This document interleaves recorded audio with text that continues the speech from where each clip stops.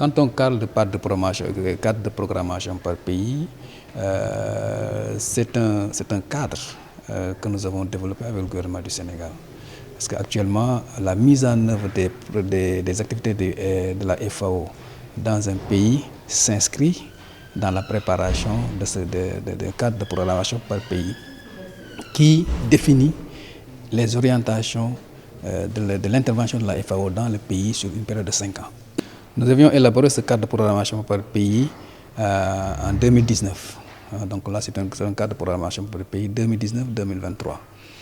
Un cadre de programmation par pays qui s'articule autour de 3 priorités qu'on a identifiées après de larges concertations avec l'ensemble des acteurs, des parties prenantes, le gouvernement, la société civile, les organisations de producteurs et aussi le secteur privé. Donc une large concertation qui nous a permis d'avoir un document qu'on a appelé cadre de programmation par pays sur la période 2019-2023 qui s'articule autour de ces 3 priorités. Compétitivité et croissance, donc là pour une des priorités. L'autre priorité, c'est tout ce qui est sécurité alimentaire et résilience. Et l'autre priorité, tout ce qui est gestion durable des ressources naturelles. Donc là, nous avons travaillé avec le gouvernement, avec l'ensemble des parties prenantes sur ces 3 priorités. Aujourd'hui, nous avons fait une période à mi-parcours. Comme vous le savez, nous avons signé le cadre de programmation par pays en 2019 et juste après, c'est la Covid en fait. Mais ça n'a pas empêché à la FAO et l'ensemble de ses partenaires de mettre en œuvre un certain nombre de projets.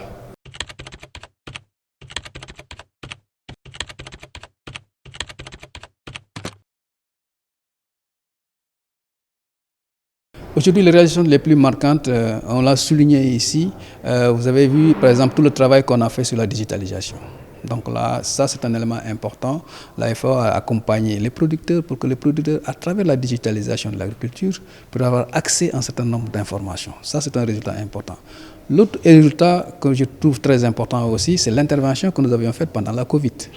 Donc là, nous avons accompagné les organisations de producteurs au niveau de la base pour quand même protéger les circuits d'approvisionnement. Donc là, vous savez, avec toutes les contraintes sanitaires, la FAO a travaillé sur une initiative qu'on a appelée Panier de la ménagère, qui a consisté effectivement à créer un pont entre les producteurs et les personnes vulnérables. Aller acheter les produits localement, donc encourager que ce soit des produits maraîchers, que ce soit des produits, les céréales, que ce soit les produits halieutiques transformés, les produits transformés. Donc là, pour soutenir un peu les familles qui sont vulnérables à travers effectivement un système de kits, donc là, pour pouvoir alimenter. Donc là, c'était une expérience très très importante que nous avons développée pendant la Covid. Nous parlons aussi des systèmes alimentaires. Comment faire pour qu'effectivement toute la réflexion sur le système alimentaire durable puisse être effectif au niveau territorial. Nous avons travaillé, vous avez vu les résultats qu'on a présentés aujourd'hui sur cette approche, pour travailler au niveau local avec les collectivités territoriales, avec les autorités administratives au niveau local, avec les services techniques déconcentrés. Donc là, pour créer en fait toute cette dynamique, donc là, autour de la mise en place d'un système alimentaire durable. Ça, c'est très très important. Et je pense que ça, le travail qu'on a eu à faire avec les collectivités territoriales sur la transition de l'agroécologie, donc là, c'est des aspects importants que nous avons marqués cette année sur le truc. Sur le secteur de la pêche aussi, vous avez vu que nous sommes en train de travailler sur tout ce qui est chaîne de valeur. J'allais dire même chaîne de valeur agro-silvopastorale halieutique, donc là sur l'ensemble des secteurs. Donc là, mais je pense que cette dynamique qui est déjà enclenchée, qui a donné des résultats très satisfaisants, vous avez entendu les partenaires techniques, les ministères qui le disent, et que là, on doit se mobiliser maintenant pour faire la mise à l'échelle.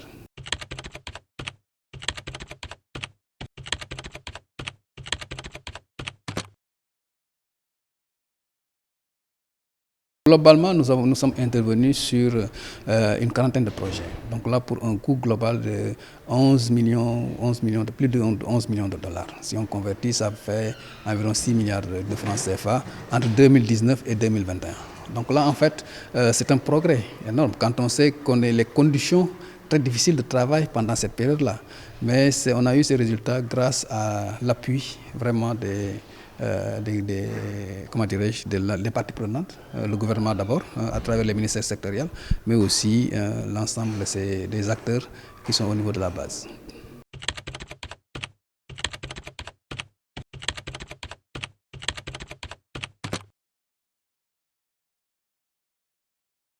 Oui, un partenariat qui est très satisfaisant, globalement. Je dois vous dire qu'on a un programme qu'on a appelé le programme de partenariat et dans la réflexion, surtout sur des propositions post-Covid.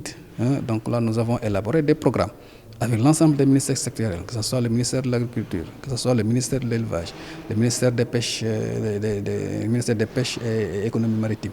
Donc là, pour dire que vraiment une dynamique vraiment très importante donc, en matière de collaboration et de coopération, et ce qui nous a permis effectivement d'élaborer ces programmes post-Covid que nous avons mis à la disposition du gouvernement et que effectivement ensemble nous allons travailler sur la mobilisation de ressources puis la mise en œuvre de ces programmes. Parce qu'actuellement, je pense que c'est ressorti à travers les discussions. On peut passer des projets pour élaborer vraiment des programmes qui nous permettent effectivement de faire ces mises à l'échelle et avoir des résultats beaucoup plus impactants.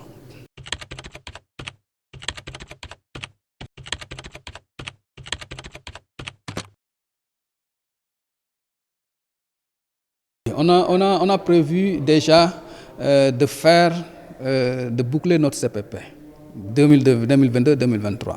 On a besoin de faire une mobilisation de ressources. On l'a présenté, on a encore un gap à combler. Donc là, il faut absolument qu'on travaille sur ça. Mais sur une perspective, donc là, on l'a dit, donc là, c'est vraiment travailler sur les chaînes de valeur agro-silvopastorale halieutique, mais en appui à l'employabilité des jeunes. Aujourd'hui, c'est un problème qui est là. L'ensemble des services sont engagés à travailler sur l'employabilité des jeunes et la FAO est en train de travailler aussi sur ça. C'est des éléments importants donc là, qui vont nous permettre, sur lesquels nous allons nous focaliser pour que les jeunes qui se trouvent au niveau du monde rural puissent développer ces chaînes de valeur et tout au long de ces chaînes de valeur, trouver à chaque maillon des opportunités d'emploi pour ces jeunes en milieu rural. Donc, combinée à la digitalisation, on pense qu'effectivement, c'est une bonne perspective sur laquelle nous allons travailler avec le gouvernement du Sénégal.